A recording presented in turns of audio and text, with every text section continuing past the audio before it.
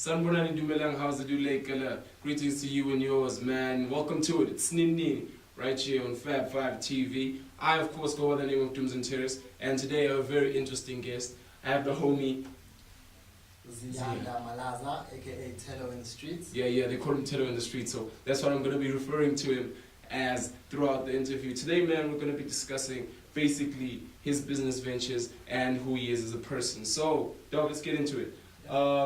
Who is Tello? Tello is, well, a man now, but he used to be a young boy from Mpumalanga, a small town called Bethal, and then moved to Joburg in 2011 to study, and then I worked for a couple of months, and then I've been an entrepreneur since. Yeah.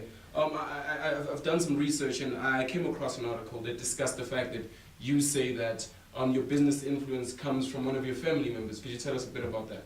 Yeah, actually the person is my granddad, who I was named after, Dibelo.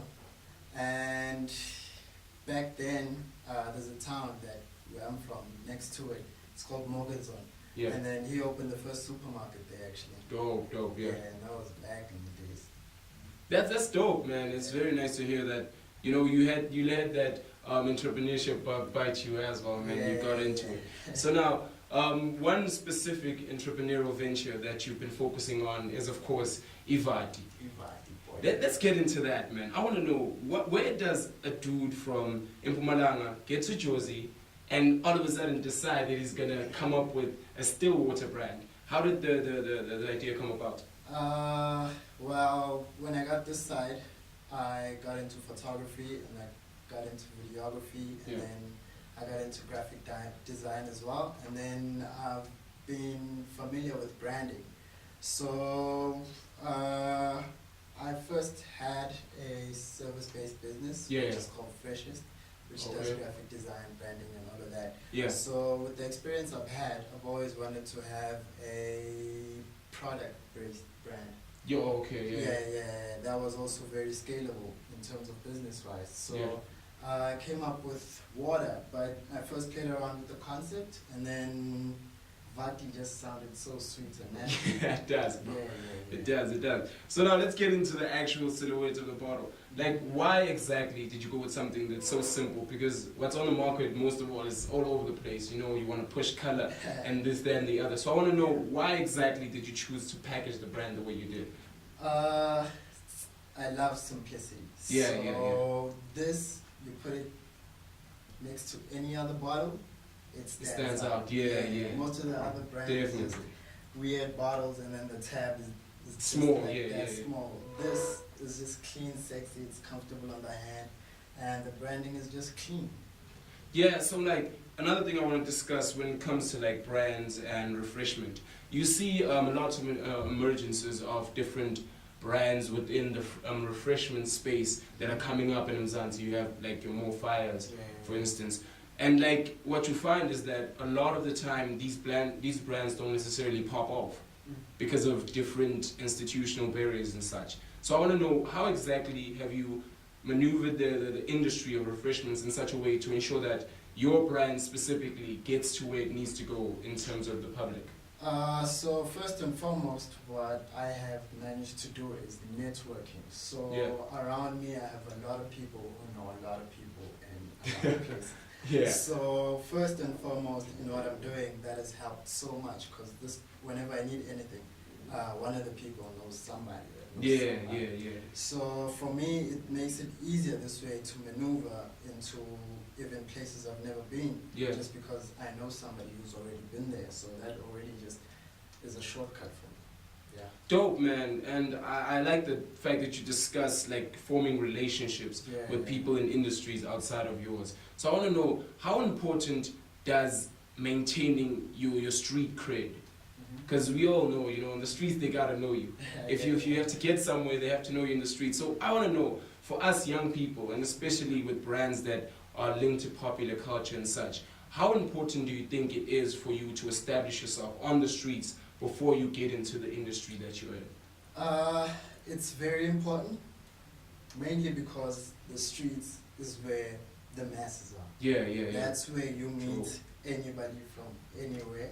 who's doing whatever. So if you are actually well known in the streets and your street cred is actually good, those people are the same people who you meet on the streets who then go off to work in offices, major companies, who are shareholders somewhere in big firms. So yeah, that helps so much because first and foremost, people by knowing you, they already trust whatever you have to bring. That's dope, man. And like I like what you're mentioning in terms of if the people know you, then you'll pop off because they're basically the consumers of whatever you're pushing. Yeah. So now, when it comes to you getting to where you've gotten, who do you consider the biggest influences of where you get at the end of the day? Other entrepreneurs, other social entrepreneurs, people who are trying to make a change in our society. So locally, your DJ Spoos, Tibo Touch. Yeah. Forgot these two guys' names. They own Power FM. I'm actually going to meet them. A couple of political figures just because of what they stand for. And then internationally, your bigger entrepreneurs, your Richard Branson, Mark Zuckerberg, the founders of Twitter, the founders. That's really cool. And like what I like is the fact that the dudes you're mentioning started things when they were very young. You know, long before these big corporates, because they usually run by these old men with beards and like suit and ties. So I want to know from you, like, how important do you think it is to start at a young age?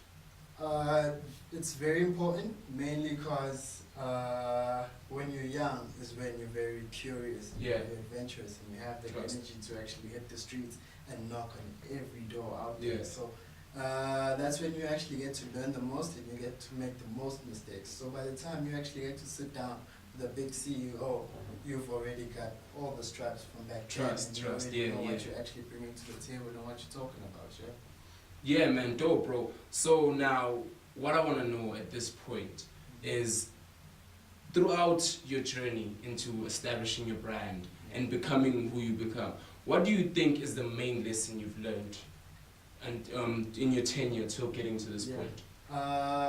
Trust in yourself, trust in your skills, develop your skills, because what you see here is what I've learned throughout all the years. Trust. Yeah. Dope, man. You heard it for yourself, man. So like, before we wrap it up, I want to hear what's next for Ziyanda. Like, what's next, bro? Distribution deals, investment deals. So look out for Vatii in 2018 and your biggest grocery stores and your biggest gas stations. And that's dope, man. Really looking forward to it. That's all we had for you today on Snini Nini, exclusively to Fab 5 TV. Shout out to you for tuning in. Shout out to the homie Ziyanda for linking up with us, man. And of course, don't forget to subscribe to the channel, man. Let's get this thing trending. Let's push the young people doing the most on the streets. Peace.